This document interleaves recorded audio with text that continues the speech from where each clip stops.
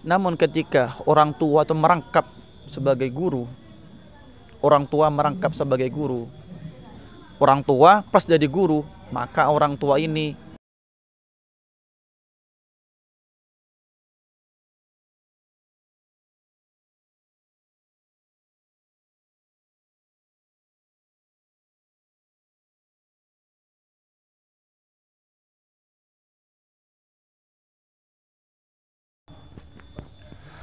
Assalamualaikum warahmatullahi wabarakatuh. Alhamdulillah wassalatu wassalamu ala Rasulillah Sayyidina Muhammadin ibni Abdillah wa ala alihi wa sahbihi wa man walah wa la hawla wa la quwata illa billah.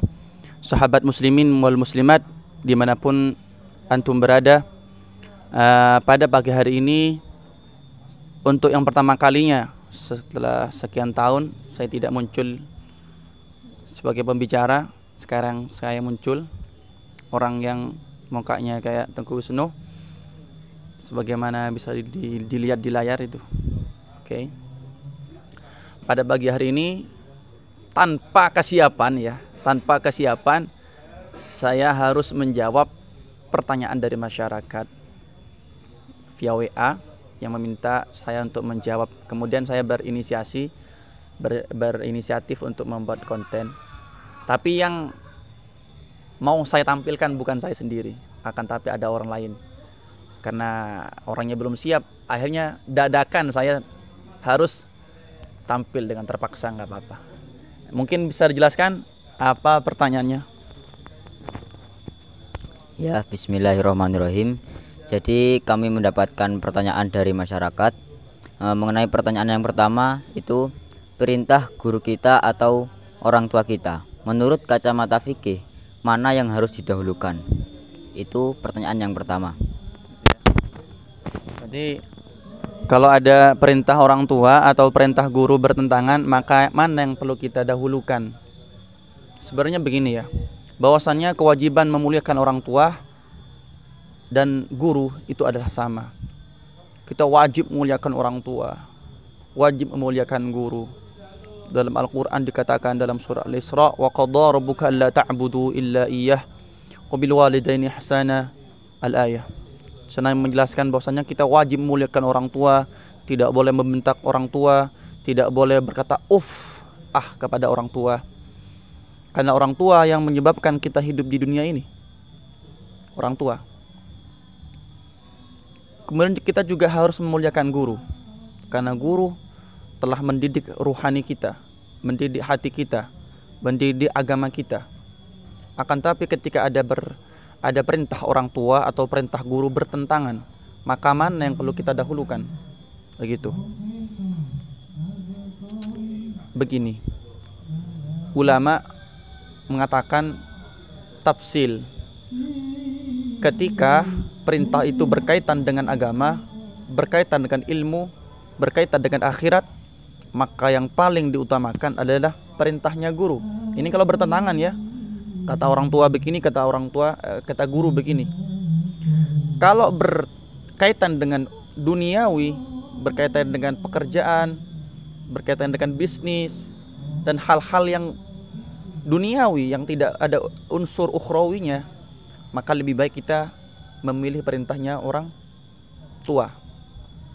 Begitu. Sebagaimana dikatakan dalam kitab Al-Adabus Syar'iyyah wal Minah Al-Mar'iyyah Libni Muflih Al-Hambali juz 1 Shahifah 330. Di sini dikatakan bahwa ketika suatu itu berkaitan dengan duniawi, maka kita lebih utama mengikuti orang tua. Ketika berkaitan dengan ukhrawi, maka kita lebih memilih perintahnya guru. Nanti saya cantumkan ibaratnya di layar ya, begitu. Cuman begini ya, memang guru itu lebih kita kedepankan hak-haknya, sebagaimana dikatakan dalam syair, ra'aitu haqqal haqqi haqqal muallimi wa aujabuhu hifdhan ala kulli muslimi. Kemudian juga dikatakan bahwa uqaddimu ustadz ala nafsi wa walidi wa inna lani min walidi al-fadl wa syaraf. Saya mengedepankan ustadz guru daripada diriku dan daripada kedua orang tuaku.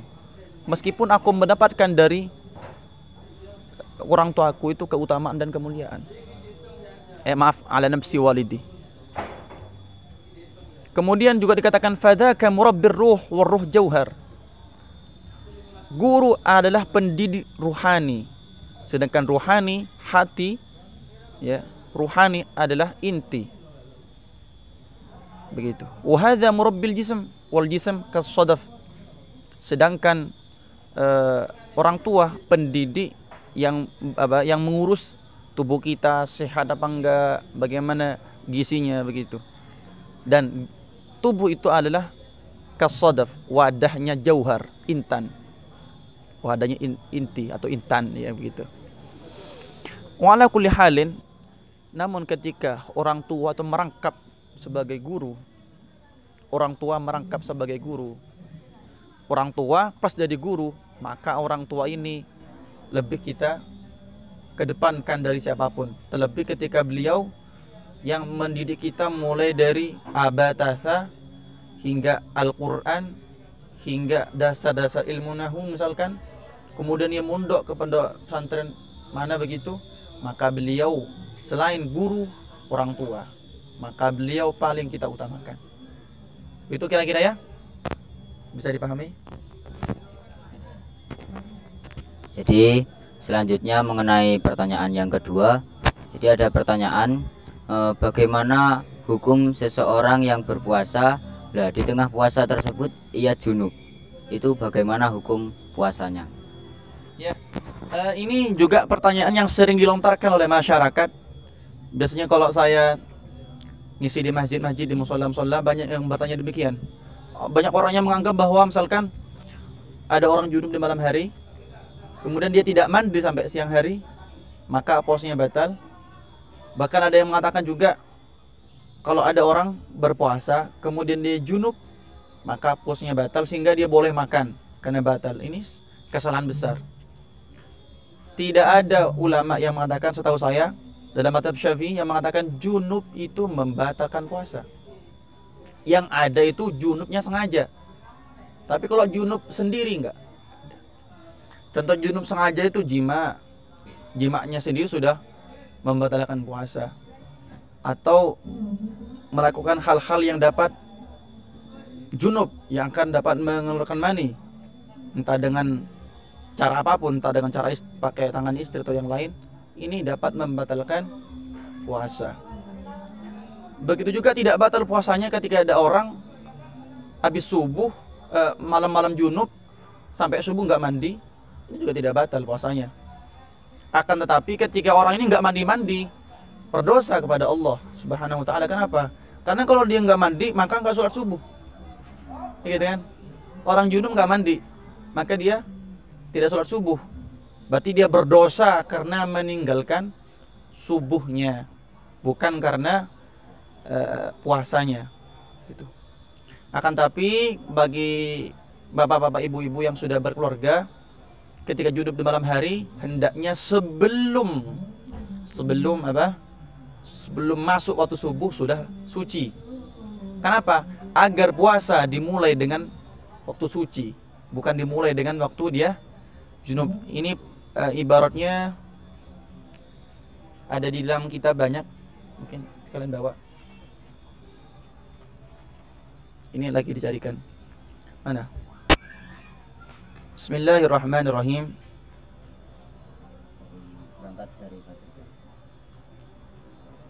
Wasadisu al-inzal wa khurujul mani ghair an mubasharatin bila jama'in muharraman kana ka ikhraji bi yadi al-akhiri. Yang langsung mana? Yang siang-siang belum mandi. Ada kesalahan sebentar. Nanti ibaratnya kami tampilkan di layar ya. Jadi apa yang saya sampaikan ini berdasarkan keterangan ulama, nggak asal nyocot gitu ya, nggak asal nyerocos gitu. Ada semua keterangannya. Jadi sudah bisa menjawab ya. Tidak batal. Yang batal itu junubnya sengaja. Gitu.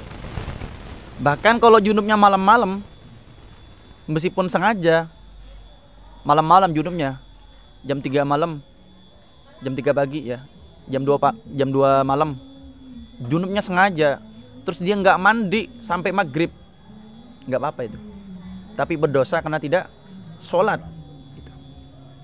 Terus yang selanjutnya, Nah, melanjut ke soal yang berikutnya. Ini ada permasalahan, biasanya kalau kuku kita atau kulit kita itu terkena palu, itu biasanya berwarna hitam, darahnya itu membeku di bawah kuku. Lah itu bagaimana hukumnya? wuduknya ini kan membahas tentang utwul batin, al-utwu al-batin dan al-utwu al-zahir, anggota luar dan anggota batin dalam. Yang wajib dibasuh kan anggota luar dalam wudhu, anggota dalam itu enggak dibasuh. Pertanyaannya, sebatas mana anggota luar itu? Ya semua yang kelihatan, semua yang kelihatan ini wajib dibasuh, termasuk di bawah kuku ini. Adapun kulit yang terkena duri, ya kan, maka duri itu wajib diambil agar air nyampe ke dalam pori-porinya, ke dalam lubang yang kemasukan duri itu. Kecuali durinya kecil sehingga mau diambil atau enggak diambil, maka tidak akan ada kulit yang terbuka. Kecil banget, kayak kulitnya mentimun atau kulitnya apa yang kecil, tipis, lemes tuh, itu nggak ngaruh. Kalau durinya gede, itu kan kalau dicopot nanti kan lobang. Lah, lobang itu pertanda bahwasannya duri ini besar dan wajib air dimasukkan ke dalam. Kalau durinya itu udah masuk di dalam, terus ketutupan daging, nah begitu juga dengan darah. Yang darah itu ada di bagian dalam ketutupan kuku atau ketutupan daging, maka ini masuk ke anggota batin, sehingga tidak wajib untuk disampaikan air. Jadi bapak ibu nggak usah kakinya dikelupas agar darah yang menggumpal itu dikeluarkan. Nah, itu tidak usah. Apalagi kukunya, mungkin nanti dicongkel kukunya biar bisa mengeluarkan darah yang membeku. Oh enggak usah. Nanti ibaratnya saya tampilkan di layar ya. Banyak ibaratnya, bisa dibuka misalkan di Fathul Mu'in atau di I'anahnya atau di Nihaduz Zan gitu. Cukup, ada pertanyaan lagi? Kalau mungkin membawa darah itu, ketika darahnya itu membeku di dalam kuku, ketika sholat itu apakah sah? Karena kan darah itu najis hukumnya, sedangkan yang membawa darah itu sama hukumnya kita sholat membawa darah. Orang hidup mesti bawa darah.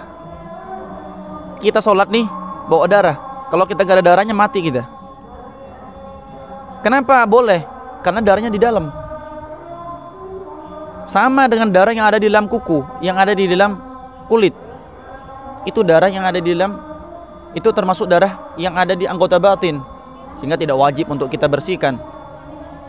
Jadi najis yang ada di anggota batin tidak wajib untuk kita bersihkan. Nanti kalau wajib bersihkan, nanti kita nggak boleh harus membersihkan perut kita dari kotoran. Nah gitu, paham ya? Cukup dari kami. Itu hanya itu saja pertanyaan-pertanyaan dari masyarakat yang dilontarkan. Oke, mungkin ini saja yang dapat saya sampaikan. Ada kurang dan lebihnya mungkin nanti bisa dituliskan kritiknya di kolom komentar. Wassalamualaikum warahmatullahi wabarakatuh.